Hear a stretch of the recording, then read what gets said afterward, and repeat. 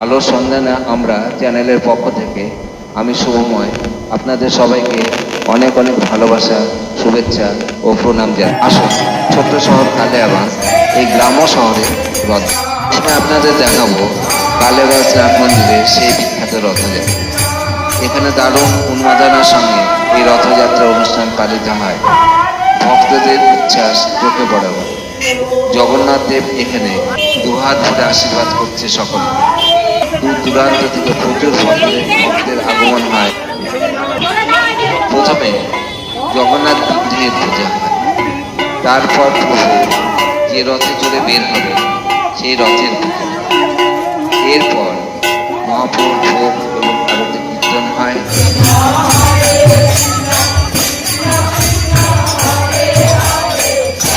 এরপর দেখুন 50 বছর উত্তীর্ণ গুরুবাড়ি রথ উৎসব।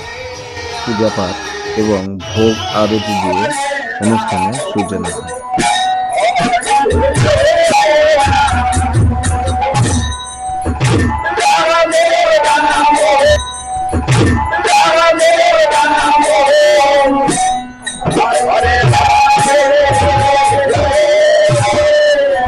এই অনুষ্ঠানের যে মেন উদ্যোক্তা তার কথা শুনুন।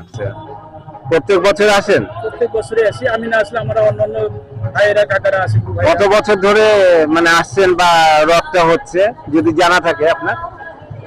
আমার ঠিক জানা নাই, তাও আনুমানিক বছর 50 হয়ে গেছে। ভোগ আরতির পর ভক্তবৃন্দের মধ্যে প্রভু জগন্নাথ দেবের প্রসাদ বিতরণ হয়।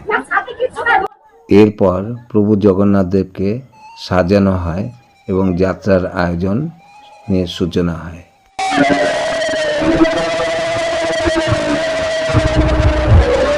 পর একে একে প্রভু জগন্নাথ দেব, বলভদ্র এবং সুভদ্রা দেবীকে রথে নিয়ে আসা হয়।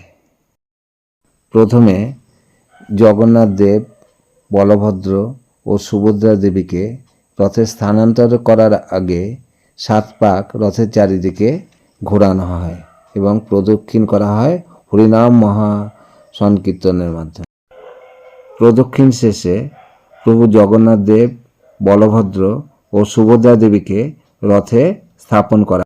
সবার উপরে রাধা গোবিন্দ এবং গোপালকে বসানো হয়। গুরু বাবা নিজের হাতেই এই বিগ্রহ বসান। এরপর জগন্নাথ দেব রথে চেপে পরিক্রমায় বের হন।